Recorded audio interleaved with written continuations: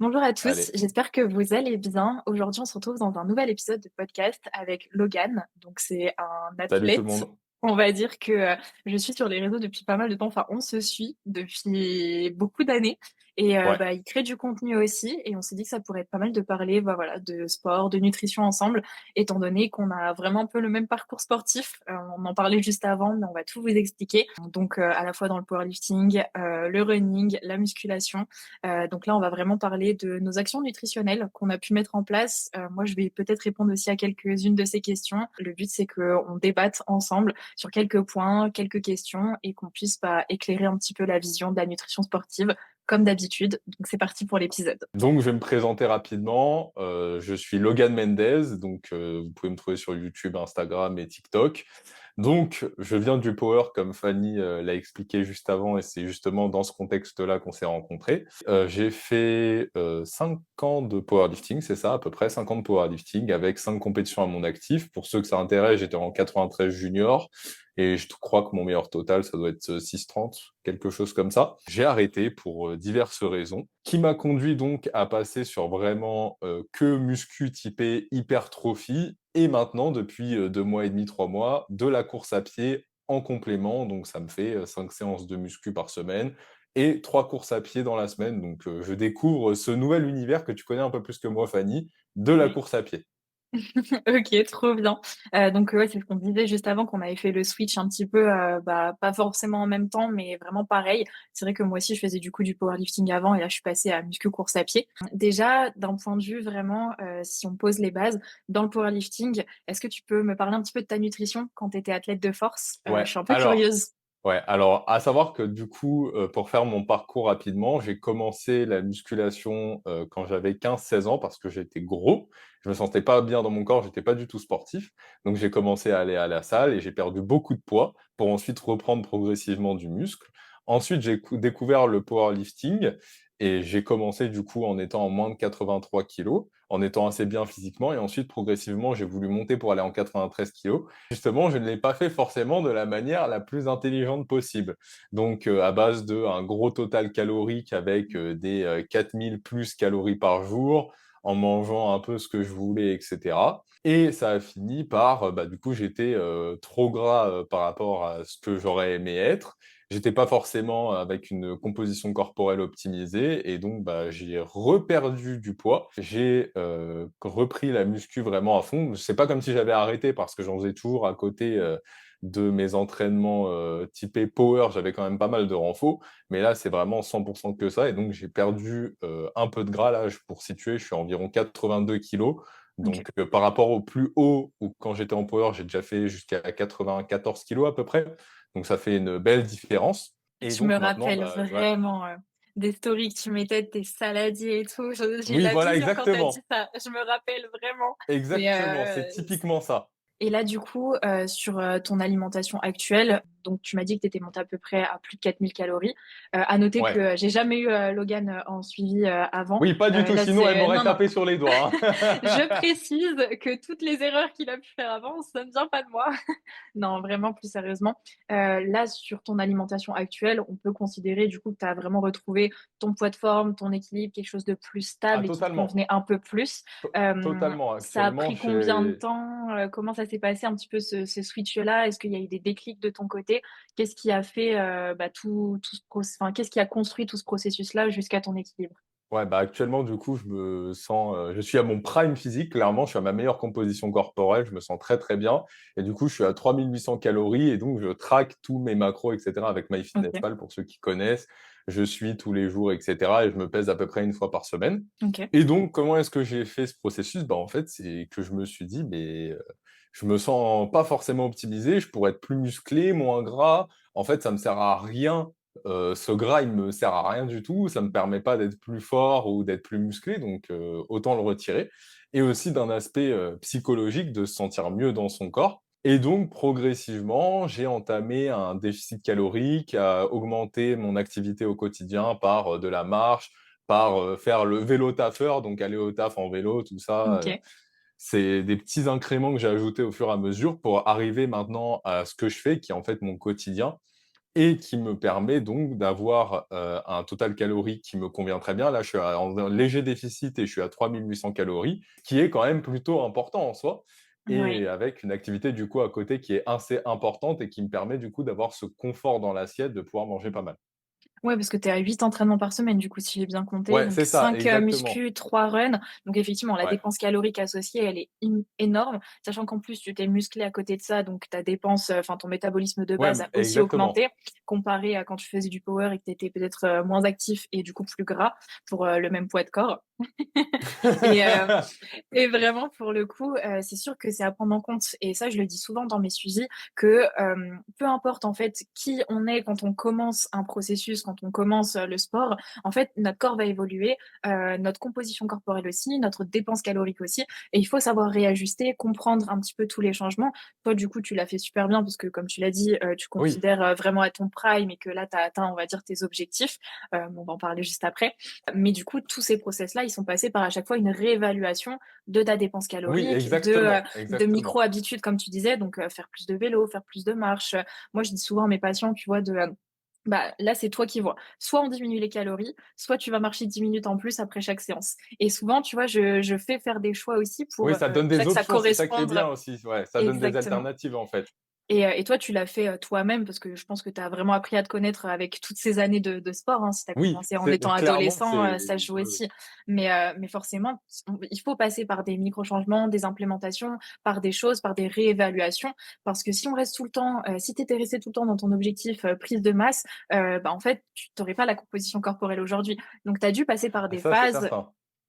Quand tu étais en déficit, le plus bas que tu es descendu, du coup, c'était combien? Est-ce que tu Alors, te rappelles? là, actuellement, tu parles là?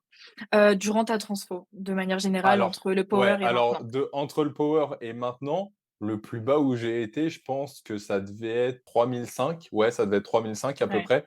Mais en sachant que du coup, c'était quand j'ai augmenté au max mon activité. Donc, quand j'ai commencé à faire 15 000 pas par jour, plus le vélo, et cetera. Donc, mon corps était pas du tout habitué. mmh, Ça a augmenté, ma dépense et mon total calorique était plus bas. Donc, forcément, c'était vraiment très haut et enfin, c'était une très grosse dépense et à mmh, savoir que du coup, ça, je l'ai maintenu peut-être 2 semaines, un truc comme ça, parce qu'en fait, mon poids, il a beaucoup chuté ouais, et il y a un deuxième point à prendre en compte, c'est que, là, en mars-avril de cette année, il y avait le carême et donc pendant le carême, j'avais des jours de jeûne et en fait, ça a aussi joué sur ma perte de gras parce que du coup, bah, il y avait des jours où je ne mangeais pas. Donc forcément, OK, quand tu as 2 jours par semaine où tu as 500 calories d'apport au lieu de 3 800, en sachant que je ne les rattrapais pas sur les autres jours, hein, je faisais pas de OK, compensation, bah, OK. forcément, en fait, sur, les semaines, Mmh, mon total était beaucoup plus bas, donc ça a aussi joué sur, le fait que, bah, j'ai dû remonter mes calories parce que sinon ça faisait vraiment bas, quoi.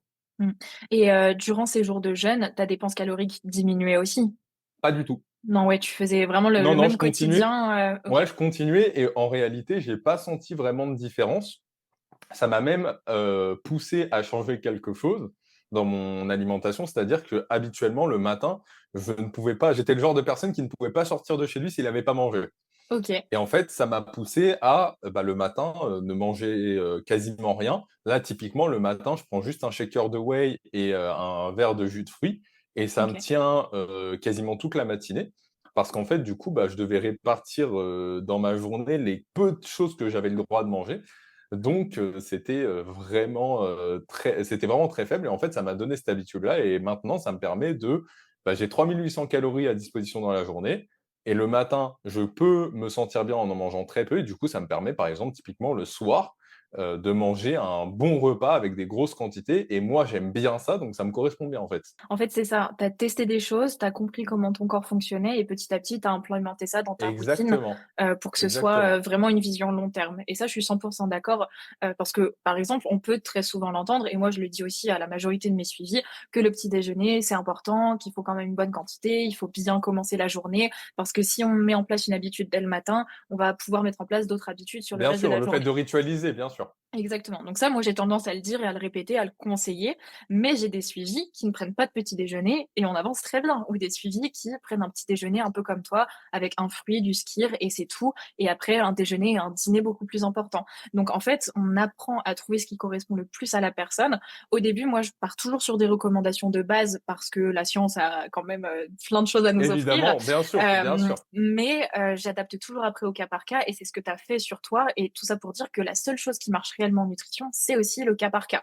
Avoir des connaissances en nutrition, savoir ce qui fonctionne, sur la majorité des gens, c'est intéressant. Ça peut nous permettre de tester des premières choses, mais la seule chose qui fonctionnera vraiment, c'est qu'est-ce que notre corps nous dit, qu'est-ce qu'on préfère aussi d'un point de vue organisation. Il y a des personnes, elles ont même pas le temps de manger le matin, donc elles ont dû tester de pas C'est manger le ça, tu matin. marques un Elles point. se Ouais, sont tu dit: marques un «OK, point. bah, là, du coup, c'est mieux passé», et ainsi de suite. Donc il faut vraiment avoir cette notion-là de il faut tester les choses, et ça, je le dirais toujours et ensuite savoir tirer des conclusions, positives et bienveillantes sur sa situation. Toi, tu vois, le dîner plus important, ça te correspond, que ce soit pour la récupération, pour ta digestion, pour plein de choses. Il y a d'autres personnes me disent: «Mais moi, si je sens que j'ai encore la nourriture dans mon estomac, je n'arrive pas à dormir». Donc hop, tu as Ouais, nécessite une exactement. adaptation et toi, sur ton corps, sur comment ta digestion fonctionne, c'est comme ça que ça fonctionne le mieux, donc tu l'appliques. Il faut pas appliquer quelque chose où notre corps nous dit non. Ça, je suis Ouais. 100% d'accord là-dessus. C'est ce qu'on disait un petit peu avant, c'est que on a beau regarder un peu ce que les gens font, c'est que en l'appliquant à soi-même et en essayant qu'on verra si ça fonctionne ou pas. Forcément, ce que je fais ne va pas correspondre au voisin, ne va pas te correspondre à toi et cetera. Il y a des gens le matin, bah, ils ont besoin de manger un gros petit déjeuner, bah, ils mangent un gros petit déjeuner et ça Mmh. leur va très bien, ça fonctionne très bien. Il y en a, bah, ils en mangent pas et voilà. C'est toujours un spectre de, il y a un extrême, un autre, mais on peut être aussi Mmh. gris plus ou moins entre le noir et Ouais, le blanc. tout à fait. Moi, je suis plutôt, gris un peu partout dans ma nutrition justement. Si tu dois adapter, Exactement. comme tu dis, tu es obligé de partir d'une base, bah, de toute façon, c'est une pyramide, hein. Tu pars Mmh. d'une base et après tu spécifies de plus en plus jusqu'à arriver au sommet et là, Mmh. absolument adapté à la personne que tu as, dans tes suivis. Exactement et du coup, tu as décrit un petit peu ton petit déjeuner, donc avec jus de fruits, whey, mais du coup, une journée un petit peu dans ton assiette, étant donné que tu traques tes calories, qu'est-ce que ça donne? Comment tu répartis un petit peu ton alimentation? Est-ce que tu as des aliments qui Ouais. reviennent tout le temps? Est-ce que tu varies beaucoup? Je suis un peu curieuse d'avoir vraiment une journée dans ton assiette. Je pense que ça peut intéresser aussi pas mal de personnes. Ouais, alors une journée dans mon assiette, là, j'ai commencé à ajouter un nouvel, aliment dans mon alimentation au quotidien, ce que je disais juste avant, c'est la crème de riz et j'essaye de tester un peu pour avoir une autre source de glucides parce que, bah, quand on a 3 800 calories à manger, à un moment, il Il faut faut les trouver des placer. choses que tu aimes bien, ouais, qu'il faut les placer, donc il faut trouver des choses que tu aimes bien, que tu peux manger facilement et en quantité. Donc je suis en train de tester ça et franchement, c'est pas mal. Donc ça, en collation, c'est top. Ce que je fais, c'est que je mets une scoop de whey, je mets, ma crème de riz et je mets un peu de sucre avec parce que j'aime bien que ça ait un goût un peu sucré, donc voilà. Ensuite, je vais avoir 2 repas, bah, le midi et le soir. Le midi, typiquement, ça va être un repas avec une source de glucides qui va être des pâtes, du riz et de temps en temps des pommes de terre quand j'ai le temps de me les cuisiner. Ensuite, ça va être une source de protéines, que ce soit, une viande rouge ou une viande blanche. Souvent, c'est OK. juste ça parce que je me fais ça juste pour moi, donc je fais ça assez rapidement. Après, tout ce qui va être alimentation autour de l'entraînement, j'ai un intra-workout que je bois, donc c'est une boisson isotonique avec des électrolytes et des Des glucides, glucides. avec de la maltodextrine. Ensuite, le soir, c'est là où je me fais, comme je te dis, vraiment un gros repas. Souvent, là, je cuisine vraiment quelque chose parce que je mange, avec ma fiancée, donc je fais vraiment un bon repas, je fais vraiment quelque chose de copieux. Typiquement, lundi soir, on a mangé ensemble, j'ai fait des bagels, tu vois? J'essaye de cuisiner, de mettre la main à la pâte, de faire des trucs qui sont super qui sont vraiment bons et qui sont travaillés, mais OK avec du coup des aliments qui vont aussi rentrer là-dedans. Par exemple, bah, et du de pain à qualité. bagel, ouais, c'est ça, dans ton pain à bagel, tu as quoi? Tu as un petit peu de lipides, mais tu as surtout des glucides, donc c'est parfait, j'ai ma source de glucides. Après, j'ai mes protéines, je mets, soit du saumon, du poulet, du pastrami, donc du bœuf, donc j'ai une source de protéines et après, Mmh. je mets un peu de sauce, je mets des légumes, et cetera. Donc, tu mets un peu ce que Ouais. tu veux dedans, mais la base reste pas mal. Mmh. Mais j'ai toujours cette règle d'avoir une source de glucides, une source de protéines. Et après, les lipides, en fait, j'ai pas forcément de source précise de lipides OK. parce qu'en fait, j'en ai un peu au fur et à mesure de ma journée, tu vois. Mmh. Ouais, je suis Donc plutôt voilà. d'accord avec ça.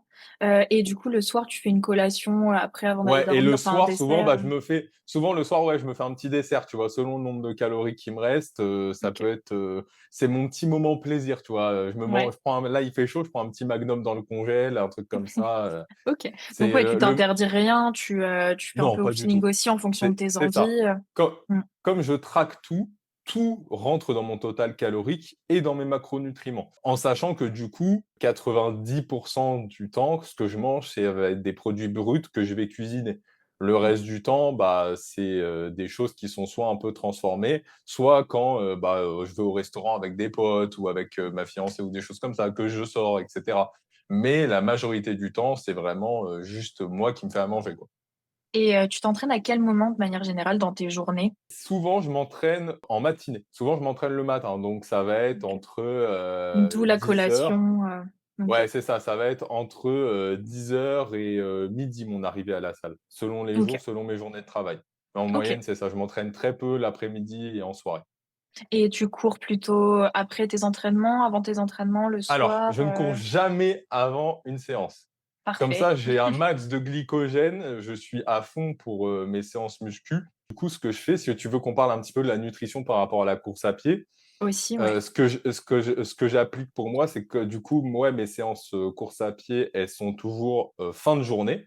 Donc OK. soit j'ai une séance avant et du coup, bah, c'est le soir, soit j'ai pas eu de séance dans la journée et du coup, je préfère quand même m'entraîner le soir comme ça, là, j'ai fait ma journée tranquille et le soir, je vais Mmh. courir. Par rapport aux glucides, parce qu'on parle beaucoup des glucides en course à pied, et ben, je charge pas mal en glucides, en fait, pour essayer de compenser un petit peu le déficit que ça va me créer parce que j'ai déjà un déficit calorique et en fait, j'ai pas envie que mon déficit soit trop Ouais. important et soit trop agressif.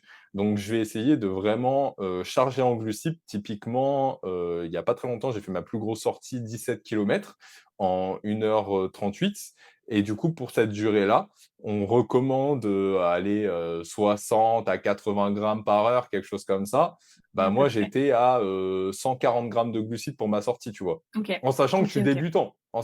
débutant, donc souvent les Et débutants, ils l'assimilation, pas de troubles sans problème, digestifs, tout est OK, ouais? Parce que tu as sans l'habitude d'en problème. manger régulièrement, je pense, c'est Oui, ça? oui, c'est ça et Mmh. puis, en plus, c'est ça, j'ai l'habitude d'avoir, si je prends mon MyFitnessPal 2 secondes, tu vois? Je vais Ton te dire combien de glucides intra-workout, ouais, ta boisson je vais te dire isotonique combien et de tout. glucides j'ai, mais en général, dans ma journée, en plus, mon total de glucides est assez haut de base.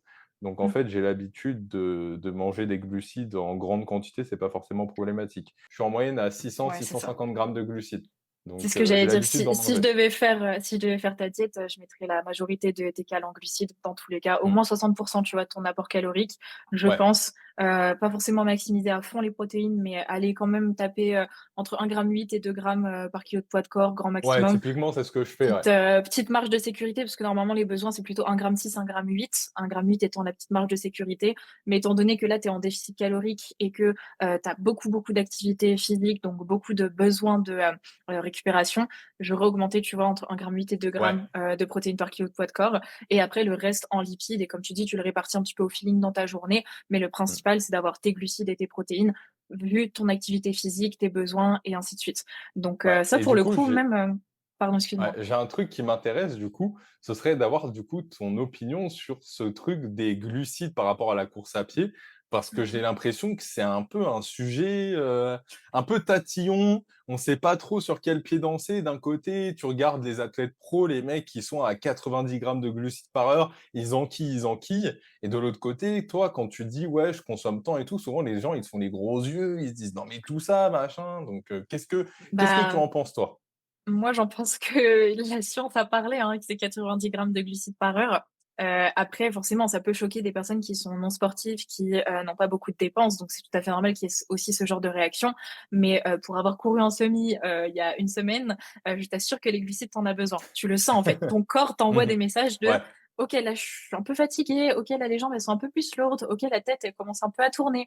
OK, là, ma vision, elle est un peu trouble». Enfin, en fait, ton corps, il t'envoie vraiment des messages et moi, c'est ce qui m'a aidé pour ma nutrition parce que pour le coup, étant donné que j'avais moins de 6 semaines pour préparer mon semi-marathon, j'ai pas eu le temps d'entraîner vraiment, mes intestins à supporter autant Ah de bah oui, glucides. ouais. Donc, je me suis dit: «Ne risque pas le trouble digestif pendant ta course, ne va pas, chercher les 90 grammes de glucides par heure». Donc par contre, je me suis vraiment fiée à mes ressentis et j'avais un gel de 30 grammes avec moi et j'avais 2 ou 3 pâtes de fruits et en fait, dès que j'avais un mini signe de ralentissement ou de fatigue, hop, je me nourrissais et en fait, j'ai vraiment écouté mon corps et ça a très bien fonctionné parce que j'ai eu aucun coup Mmh. de mou. Arrivée à la fin de mon semi-marathon, bon, j'irai pas jusqu'à dire que je pouvais continuer encore, mais j'avais encore quand Mais même tu un étais peu pas au bout du d'énergie. rouleau complet, ouais. Exactement, j'ai pas fini, par terre, dès que j'avais passé la ligne d'arrivée quoi, pas du tout. Donc en fait, j'ai bien quand même géré mon apport parce que mon corps m'envoyait les bons messages et que de base aussi, j'avais Mmh. optimisé mes glucides aussi, avec tout le processus, d'avant-course, et cetera. Mais tout ça pour dire que non, les besoins du sportif, ils sont réels et moi, c'est pendant ma course que j'ai compris à quel point les glucides étaient importants.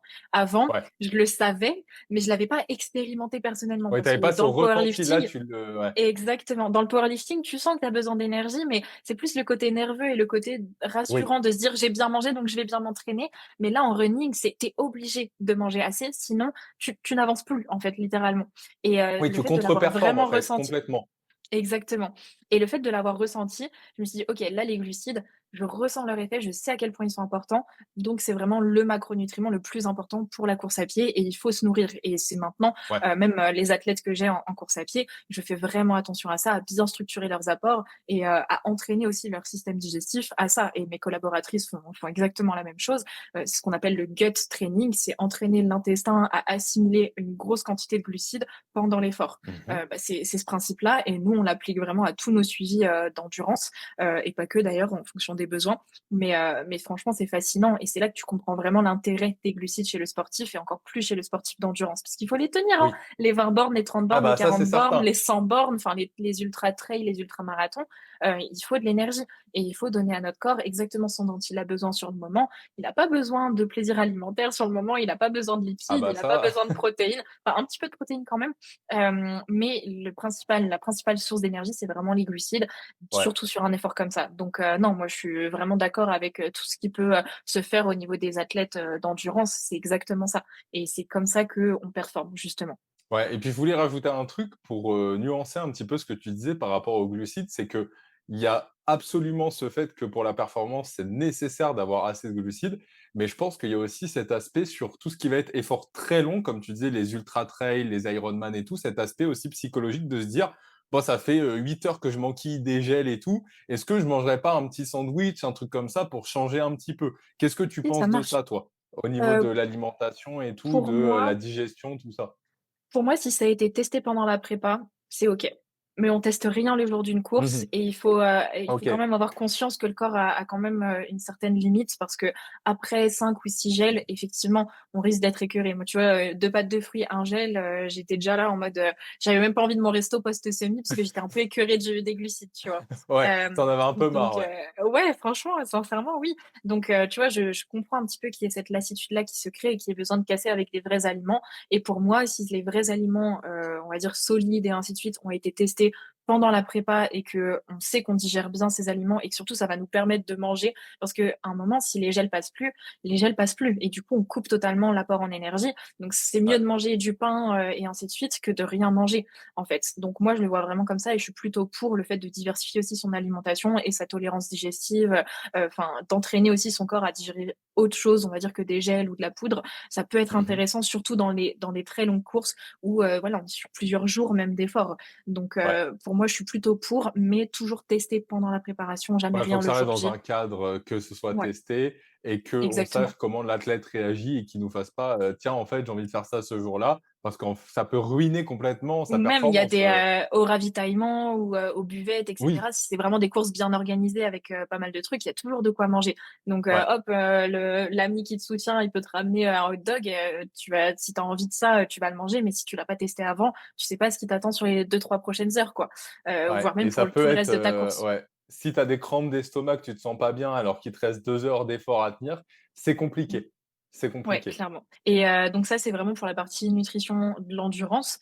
Nutrition de la force, on l'a vu, c'est plutôt, normaux, équilibré, on va dire, en Ouais. répartition des glucides, des protéines, des lipides. Il faut vraiment de tout, en alimentation normale, mais juste adapté à ses besoins caloriques, de l'entraînement. Et là, du coup, actuellement, au niveau de tes futurs objectifs, est-ce que tu pourrais, nous décrire un petit peu, que ce soit physiquement, sportivement parlant, nutritionnellement parlant, enfin, vraiment un petit peu, qu'est-ce que tu Ouais, le envisages pour plan la pour la suite? suite. Sachant que là, tu atteint tes objectifs en soi, comme tu le disais? Ouais et bah, du coup, les plans pour la suite, c'est en septembre, j'aimerais faire un semi-marathon avec un objectif de sub 1h50. Mmh. Donc ça reste, totalement, réaliste, je pense. Surtout après, à côté de ça, physiquement, du coup, continuer à progresser en hypertrophie. Donc une fois que j'aurai atteint, un niveau de composition corporelle qui me satisfasse à 100, de me mettre à maintien léger surplus pendant un certain temps pour prendre, un peu plus de masse musculaire et puis voilà, Tout à fait. tranquillement, prendre un peu plus, tout en continuant à progresser en course à pied, c'est mon objectif et du coup pour ça, là pour l'instant, je suis à 3 800 cales comme je l'ai dit. Peut-être réduire encore un petit peu pour arriver vraiment, jusqu'au niveau que je souhaite, pardon. Et ensuite, remonter très légèrement. Je pense qu'à la fin, je serai peut-être à maintien à 3 800, voire peut-être un peu plus si je fais une petite reverse. Mmh. Je verrai, ouais, à tester et du coup ensuite, bah, je vais devoir aussi, m'entraîner du coup à enquiller des glucides pour mes courses. Parce que là, Yes. du coup, j'avais fait une petite prep pour faire un 10 kilomètres et donc là, je vais passer vraiment sur, une préparation un peu plus longue pour le semi-marathon. Donc là, je vais encaisser des kilomètres, des kilomètres, des kilomètres et donc essayer sur mes sorties longues de, comme tu dis, entraîner mon estomac à, prendre des gels, prendre des glucides, des pâtes de Tout à fruits. fait.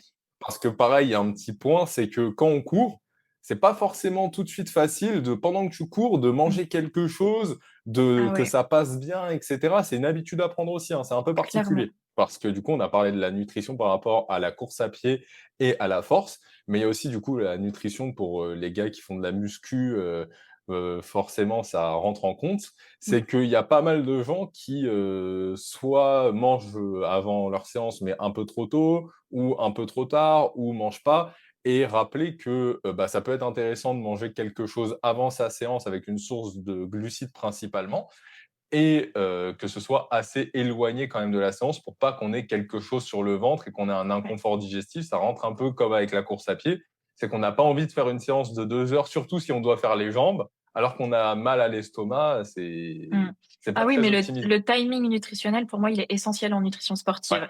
Et là, tu c'est pour ça que je t'ai demandé un petit peu ta journée, dans ton assiette et directement après, je t'ai Mmh. demandé à quelle heure tu Ouais. t'entraînes. Parce que pour moi, les 2 sont indissociables. En fait, tu peux très bien manger en termes de quantité et de qualité, mais si c'est pas adapté à tes horaires d'entraînement, bah, il faut réajuster. Là, c'est pas le cas. Donc franchement, c'est très, Donc très tout bien. va Je bien, pense on que est sabrés. tu bien travaillé la chose. Franchement, c'est top. Mais ouais, la tolérance digestive, ça se joue aussi sur la durée de la digestion et sur sa propre tolérance à soi et à son organisation, son timing. Donc, je suis 100% d'accord. Et je reviens aussi du coup sur tes objectifs. Mais moi, ce que j'entends, c'est que tu as vraiment anticipé la chose. Et c'est un petit peu ce que Oui, je exactement. voulais être amenée à parler de ça, c'est l'anticipation de, OK, on a ces objectifs, on les atteint. Mais l'atteinte de son objectif, c'est pas une fin en soi parce qu'il faut penser à la stabilisation, à est-ce qu'on va avoir d'autres objectifs derrière? Qu'est-ce qui va le plus nous intéresser à la fin d'un objectif? Est-ce que c'est de continuer plus l'aspect performance, l'aspect physique, l'aspect juste stabilité et au contraire, tu parlais de reverse diet, donc aller chercher encore plus de liberté et peut-être passer par la suite, in fine, à de l'alimentation intuitive ou à arrêter de traquer ses calories. En fait, ça peut être divers et varié au niveau de la suite, suite à l'atteinte d'un objectif justement. Mais moi, Mmh. le conseil que j'ai à te donner et à donner aussi aux personnes qui nous écoutent, c'est vraiment d'anticiper la chose. Et j'en ai fait un petit réel justement il y a pas longtemps là que je suis en train de monter, c'est pour ça que ça m'a fait penser à ça. Mais en fait, si on n'anticipe pas, autant et qu'on structure pas autant la stabilisation de l'atteinte de son objectif, comme on a travaillé sur notre prise de masse, notre déficit, et tout le avant, bah, en fait, comment on peut être sûr de stabiliser les résultats et d'avoir une vision long terme? Donc, pour moi, c'est essentiel d'avoir, cette notion-là en tête, qu'il faut anticiper aussi la suite, et là, c'est ce que tu as fait, donc c'est parfait et c'est génial parce que tu as un petit peu ton game plan, que ce soit autant sur ton sport que sur ta Ouais, nutrition totalement. et il faut faire ça et si jamais on n'a aucune connaissance, qu'on se retrouve perdu, qu'on n'a pas anticipé, bah, on peut être amené à perdre les résultats obtenus. Donc, moi, je peux que conseiller soit un accompagnement, soit vraiment de bien se renseigner en nutrition. Ouais, pour Mais, être je cadré, voulais, en fait, c'est très important, ouais. exactement. Et il faut du cadre, que ce soit de nous à nous-mêmes ou de la part de quelqu'un qui nous conseille. Mais pour moi, c'est essentiel. Et tu fais partie des rares personnes, tu vois, qui ont réussi à atteindre leur objectif sans accompagnement, parce que tu n'as jamais été suivi en nutrition, c'est ça, hein? Non, en nutrition, absolument jamais. Sur le plan de l'entraînement, totalement et je suis encore suivi à l'heure actuelle. Par contre, la nutrition, non. Mais pourquoi? Bah, parce que ça fait 8 Tu as ans les connaissances. que j'apprends à me connaître, donc c'est pour mon cas personnel et en plus, comme tu dis, que je me documente, que j'ai des connaissances et cetera. Donc oui, forcément et surtout, il y a un point qui est très important et que tu dis, c'est qu'en fait, j'arrive à avoir une objectivité vis-à-vis de moi. Le gros apport, je pense, du suivi, en fait, c'est l'objectivité qu'on peut avoir de par la personne qui nous suit. J'arrive à avoir une objectivité par rapport à mon alimentation et c'est très compliqué, je l'entends totalement et c'est pour ça que je ne peux que recommander d'avoir un suivi, que ce soit par rapport à l'entraînement ou l'alimentation, parce que très, très, très souvent, on a la tête trop dans le guidon et on n'arrive pas à être objectif par rapport à soi-même et à se dire: «Il y a telle chose que je pourrais, changer, telle chose sur laquelle je pourrais travailler» et cetera et des fois, on n'a même pas la connaissance de ça, on ne se le dit pas, en fait. Donc on ne peut Mmh. pas travailler sur quelque chose qu'on ne connaît pas. C'est ça. Bah, franchement, c'est exactement, tout ce que je voulais un petit peu aborder avec toi aujourd'hui. Donc, franchement, merci beaucoup pour, tous Eh ces ben, avec détails. plaisir Fanny et Est-ce merci que, à toi, de m'avoir reçu. avec grand plaisir, est-ce qu'on peut te rediriger les personnes qui nous regardent vers, une plateforme, un réseau social, Ouais, bah, comme je l'ai dit au début, j'ai mon YouTube, mon Instagram et mon TikTok. Vous avez juste à taper Logan Mendez, tout Parfait. simplement, mon prénom Ce et mon nom, sera, très simple à trouver et voilà. ce sera en description, donc, parfait et puis, bah, merci beaucoup pour ton temps, de nous avoir expliqué un petit peu tout ça Avec plaisir. et à la prochaine. J'espère que ça vous a plu en tout cas et à la prochaine. Salut.